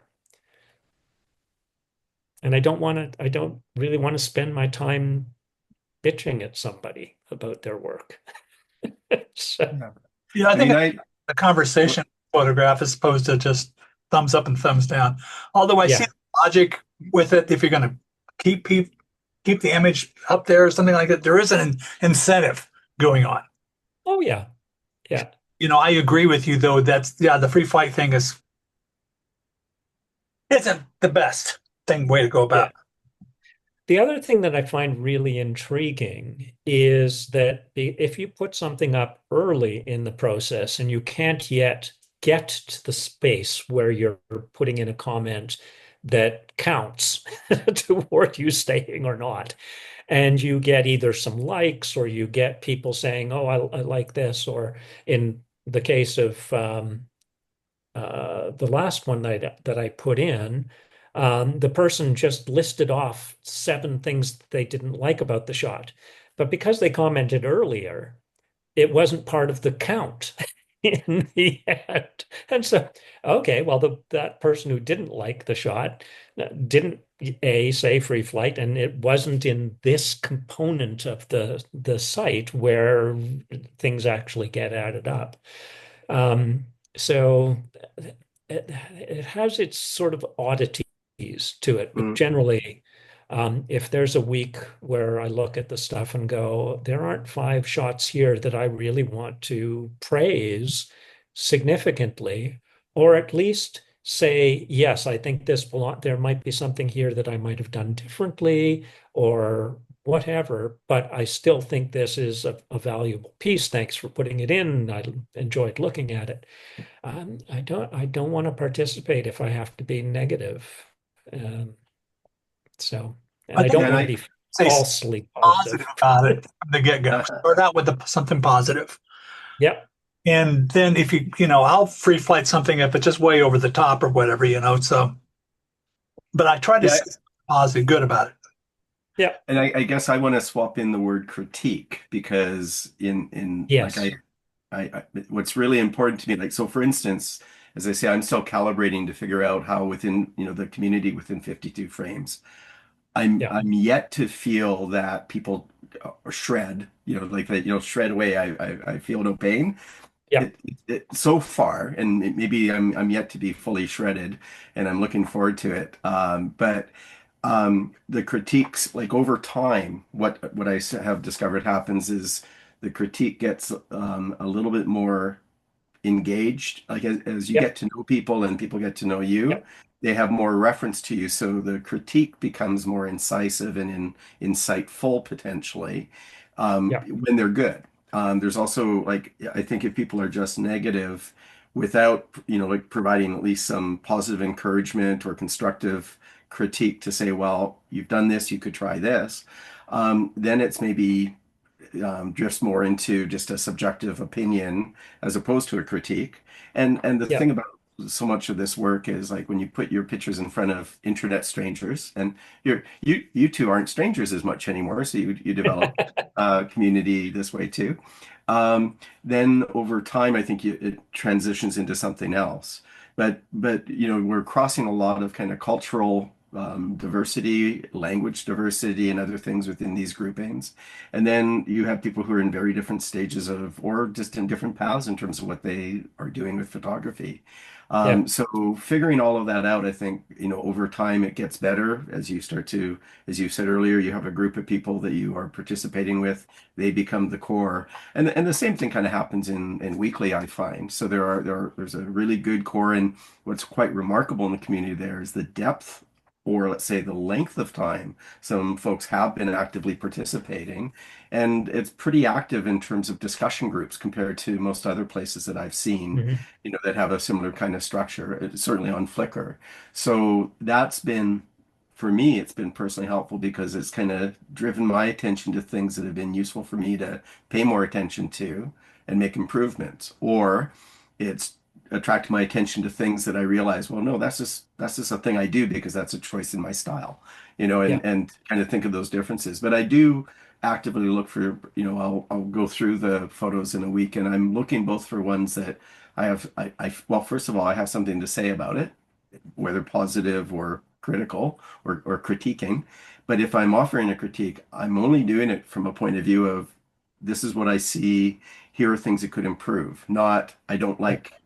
And if Yeah. I don't have something to say, I will not comment on it. So I Yeah. may be sometimes a bit less enthusiastic about people who go through and comment on everything, because if they Yeah. don't have something to say, I don't think that adds a lot of value to the moment, and it just sometimes you see emotions come up from time to time, but you know we're all paying a heavy admission fee to put our pictures in front of our this group of people to get critiques, so we take what we get. Yeah. Yeah. Yeah. No, as I say, because I have only been a very short time on weekly and intermittent at that, but I've now been 3 years on 52 frames. Yeah, there's a community of people there that and for the most part, it's positive. But heck, there have been a couple of weeks, particularly earlier this year, just before you joined, Jeff, there was a week of your worst nightmare. And the piece I put in was pretty awful. It was not awful because it was nightmarish. It was awful because it was a theme that I didn't care about. I didn't put the work into it. I didn't think it worked very well. What I did put in, I then layered some stuff on top of it. It was just a bit of a mess. And certainly I got some, well, that's not sort of up to your usual standard. That's not really all that good. And rightfully so. So yes, I think people, even if you choose Shred Away and they are completely new to commenting on your work, are unlikely to be as critical as they might be after some time Yeah, that looking makes at sense. your stuff, which is why developing that community, your own community, each person on there has their own community or can have their own community. I'm sometimes amazed at people who get into the 52 and on Thursday, so their photo has already been up for 4 days, or because I'm a patron member, I can see the stuff and comment on Monday as opposed to on Tuesday. And their shot will be in there with zero comments. And to me, that's just a case of you haven't put the time in and you're to comment on other people or follow other people and develop that community. So it can be sort of as valuable as you choose to make it as Hmm. well. There is a definite component, and I'm sure Weekly has that as well. I haven't found that yet, but I haven't been there long enough. So Well, I think you probably learned more about that piece you were uncomfortable with than the other things you posted, just because the way people responded to it and the way you eventually evolved your opinion about it. yeah, And I myself, I find I learn more about the stuff I actually comment than a lot of what the comments that you give to me. So I think you just your brain is forced into making these observations and bringing yeah, them to light, as opposed to just thinking, oh, I don't like this or like that or whatever. You really have to flesh it out and explain why it yeah. is that way. So I think it's a great exercise. I mean, I've had some very good suggestions for my Hmm. Mhm. photos, but mostly every time I create a critique, I learn more than the person probably got got from it myself. Yeah. Got from themselves. Yeah, absolutely. By taking the time to write something and not just great shot, keeper. I don't think anybody learns anything from Yeah, that on either well, side. lowest common denominator stuff too ambiguous. Like, yeah, great shot. Then you just don't. Oh, like some people would frequently say, I judge a photo on is whether or not I would hang it on my wall. Yeah. That's like just as bad as great shot. Like first of all, I hang very few things on my wall. That doesn't mean there's anything wrong with it. They're great. Yeah. I don't have a copy of Van Gogh's Starry Night on my anywhere on my walls, but Yeah. it's my favorite objects of art ever. You know, so you need to bring out what's in you through conversation. Yeah.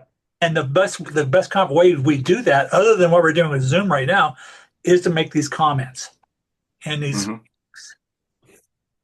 it's kind of episodic compared to like back and forth, which is not ideal, but that's a whole heck of a lot better than not saying anything at all. Yeah. Yeah. Yeah.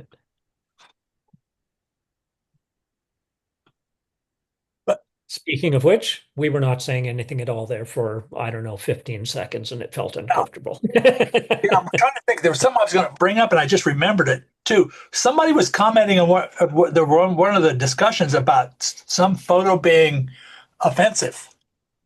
And I think it was taken down. I have no idea what it was. You guys have any idea what that was about? I don't. Um, Not something I I saw. don't either. I mean, there was briefly, like from time to like, there was someone posted a portrait of a woman in lingerie, and then it disappeared. But that happens from time to time. Earlier there was a picture up of some children, and someone commented about worrying about putting up pictures of children. I don't know if it's connected, but that one kept in, and it's a really interesting picture. But there was some discussion about the current worries about that and whether or not it's warranted, and then someone brought in censorship, but it must have been another picture than that one. Okay, well, I just was curious about it because I was wondering what the heck are they talking? It was a back and forth discussion about that this past week. So then, what else was I was going to bring up something else? So you guys the both of you do Photoshop and Lightroom. Photoshop, yes. Photoshop. I do both. I mean, I've dabbled with Lightroom. I'm so used to Photoshop and Adobe Bridge that I don't use Lightroom much now. However, I have discovered that Lightroom generally makes stitch panoramas quicker. So I do a lot Yeah. of stitch panoramas. So that's a cool thing. I've got Lightroom on there basically for that. Now, with my photography club, there are people that do, and Jan, like he uses what did he does not Aperture, he uses Capture one? Capture One, yeah.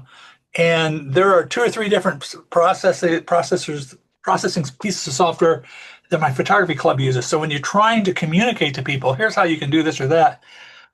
that's kind of a stumbling block with me. It's like, yeah, well, use layers or whatever. No, well, we can't do that. Yeah. So I don't I know. have a friend who was teaching an editing course through the Life Institute, which is associated with Toronto Metropolitan University here. And it was one of the things that he really struggled with is he is a Photoshop user, and most of the people were Photoshop people, but then there was somebody who used Affinity, and there was somebody who used ACDC, and there was somebody who uses Topaz, and things work differently. So it becomes, unless you're talking really straightforward, here's how you crop, and here's what the crop symbol looks like. Go looking for that. Yeah, it can be really vastly different from I first learned on GIMP, partially because it was Mhm. free, Yeah. and then went, oh my goodness, this thing is so hard to use. Um, and then switched over to Photoshop. But until I understood that I really wanted to devote a good deal of time to learning how to edit, so maybe I should have an editing program that actually is not fighting you every step of the way. That can be a challenge because you're not necessarily speaking the same language. Right. Well, I mean, I think to your point, I mean, if you can get to some of the principles or guidelines about, like, so what's a good way to progress through an editing process? What's the way you address exposure, or how do you think about color and white balance? When you were showing one of your shots in Photoshop of the forest, I was noticing, I could just see all of those adjustment layers that you had. Yes. You can progress into non-destructive layer adjustments as opposed to, some programs, the minute you start tinkering, you're actually tinkering with your negative. Yeah. And so I think that there are foundational principles around, exposure adjustment, contrast, color grading, other kinds of manipulation. And then it doesn't really matter. Like, if you want to take people through a tutorial on how to do it, you can't help but land in the particularities of one application over another. But the kind of foundational principle of how to do it, and what does it mean if you're hitting that auto button, or that kind of magic button on some of the processors, when in fact you could get in there a little bit and understand what's happening behind the scenes. Or Teddy, I mean, I will forever be grateful to you for, I think one of my early pictures that you put in, you did shred me in a good way, I think. And this was a picture I put in a different version recently, and you pointed out to me that, the picture is interesting enough, but why on earth do I want all those worms in the background? Because it's all the sharpening artifacts that basically were introduced through Adobe, and you kind of drew my attention to, well, do this and do that, and I now have about a 5-second routine that I do that basically bans the worms from my picture to the point I want. And the thing about it is that kind of technique, I mean, I might have figured it out at some point, or maybe think, well, geez, this is a noisy camera. But because I do a lot of photos that are really, really shallow depth of field, that kind of smooth gradient of tonality is like, I really want that, and to not have a bunch of texture in there is ideal for me. So, the fact that your critique drew my attention to over sharpening, I now know how to do that. And so, Yeah. those are the kinds of insights, or those are the kinds of things that, like, I think you can talk to people about whatever program you're using, learn how to sharpen properly, or learn how to mask, or learn how to do white balance adjustment, the things that can actually make quite a difference. And then the particular way to do it, well, just let, have Google teach you that, or YouTube Yeah. teach you that. But know that this is a process to go through that will be helpful to you. With the Yeah. worm thing, it's like you can't unsee it once you see it, but you don't see it. Yeah. Yeah. Longest time, you Well, don't. yeah, and it's been funny over the past couple of years, from time to time, someone, kind of says, "What are you talking about, Teddy, with these words?" And then, and so, you can give people helpful advice, you can point something out to them, and they can choose or not to kind of take that into account. But I do think that a good focused conversation around concrete techniques is going to be beneficial for everyone, both the person commenting who conveys that understanding and people who can receive that experience and do something with it. And it's a Yeah. real hook when it leads to a better outcome for me. So that's a good thing. I want to share one more thing because it was one of the few times that people objected to one of my shots on 52 frames. So it was this one, which was for the week levitation. I And I mean, I knew like it. what it was going to convey. This is me Uh-huh. just hanging from a bar in the Yeah. garage, but I chose the garage because it felt grungy. And I chose the, naked legs for a there was something I wanted to be able to say with this. But it was, yeah, some people just really got upset with this. Like for what reason? For what reason? The theme was levitation. And so, because I wanted just to say, this is what is happening here, but that's not what you're seeing. What you're seeing is something else, but that's not what's here. And I haven't given you anything to absolutely say that this is somebody who is hanging. But and it wasn't. But I did want to, with the way I treated the colors and various other things, um, uh, I wanted it to be provocative, and it Yeah. obviously was. It upset some people. Yeah, it's not a cadaver hanging in a meat locker, as I It now is. understand. It Though is in not. first glimpse, You put a tag on the toe. yeah. Yeah, no, no, no. And I made it very clear in the description, that I was doing sort of a chin-up bar thing in my garage because that gave me a background that was clean. But yes, I knew very clearly, not necessarily when I went in to do it, but as soon as I saw the image, I went, oh, okay, yes, I know what. I know what people are going to think is going on here, but it's one of the few times where I've had some I don't want to look at this kind of response. You get that with Well, instant photography. A lot of people hate spider photos. yeah, Yes. And then there are lots of people. It was the number one shot this past week at yeah. 52 frames was a spider. Yeah, a lot of people. Well, and spiders can be gruesome, right? I took some macros this summer of one, and I realized at one point that it was really chowing down on a fly in a very visceral way, and I was unhappy that it was sharp in that respect.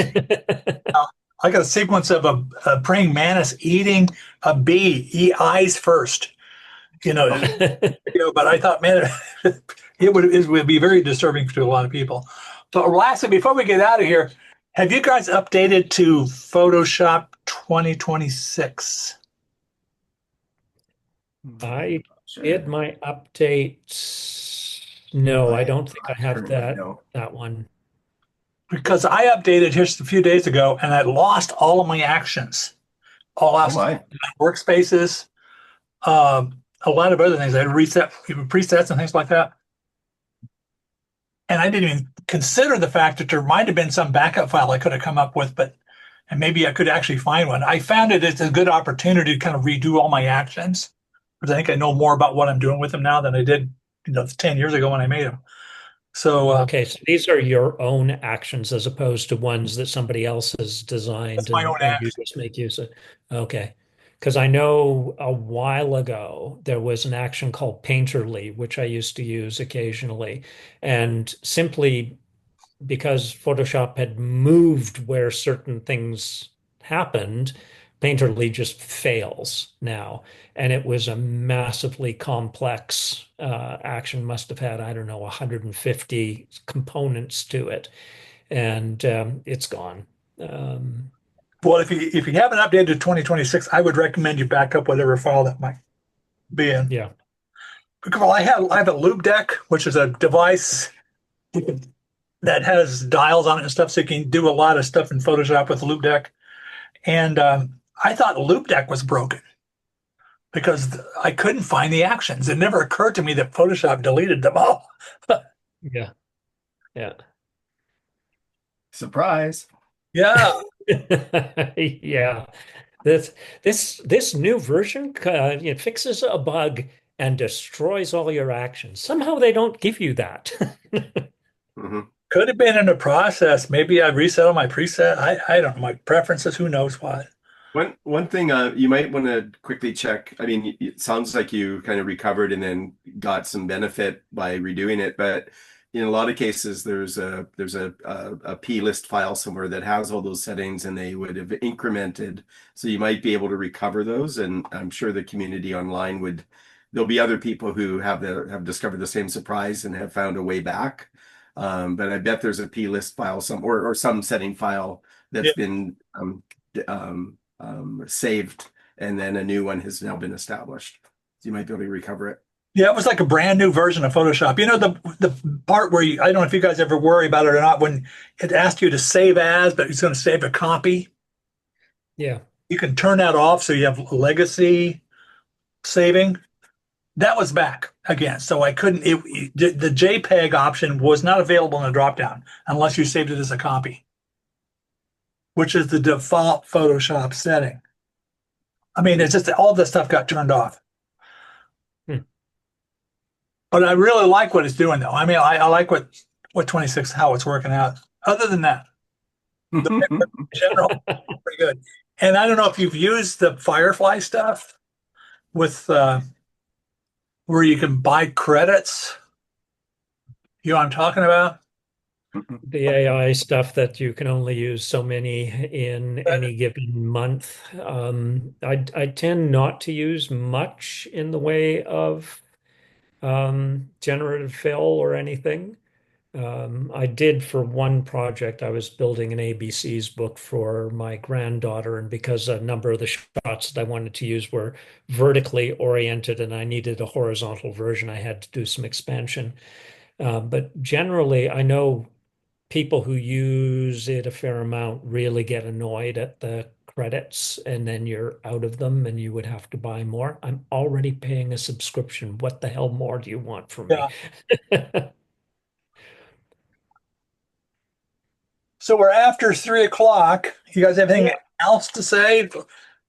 Oh, hope you have a good holidays. Yeah. I don't know whether this is back next week. I probably would not be able to participate next week. We've got family stuff going on for the next couple of weeks. And then I'll also be away mid-February to the end of the first week of March, going to Japan with my wife. Wow. Oh, wonderful. Have you So been before? I have not. I have not. Embrace the vertical. That's the secret for especially Tokyo. Up and Yeah. down. That's where all kinds of stores, all kinds of secret places. All right. Good. Good to know. Yeah, well, happy holidays to all of you, and You Yeah. too. catch you on I'll, the other side. I'll be back, Yeah. and I have my family thing on Saturday instead of Sunday. So cool. All right. Well, I will be back at some point, but probably definitely not next week. Yeah. And but I will pop in now and again. Well, it's great to have you, Greg. Ah, Hmm. glad you think so. All right. You too, Jeff. All right. And you too. We'll see All you guys. right. Bye, I'll look everyone. forward to your thoughts on self-portraiture when we get to the to that week. I've got a couple reflective surfaces planned. Yeah. Yes. And next week you're going to find it a little bit odd because it's redo week. And generally what you're looking back at is the weeks that you've already been Yeah. participating and choosing one of So, those. You haven't been participating for very long, so it doesn't give you as oh, many options. I can do an actual nature shot this time. Oh, there you go. All right. So you doing a natural shot? Yeah. I did a shot of a Christmas decoration of a deer in the middle of Oh, Vancouver. yeah. I think It's up on my feed. But as I said, I was gonna do something like a macro shot, but then I was out and I came across all of these depictions of nature in the middle of an urban setting, and that just took my mind that way. Yeah. All right. We'll see you when I see you. okay, guys. Yes. All right. Bye. Easy. Take care. Bye bye.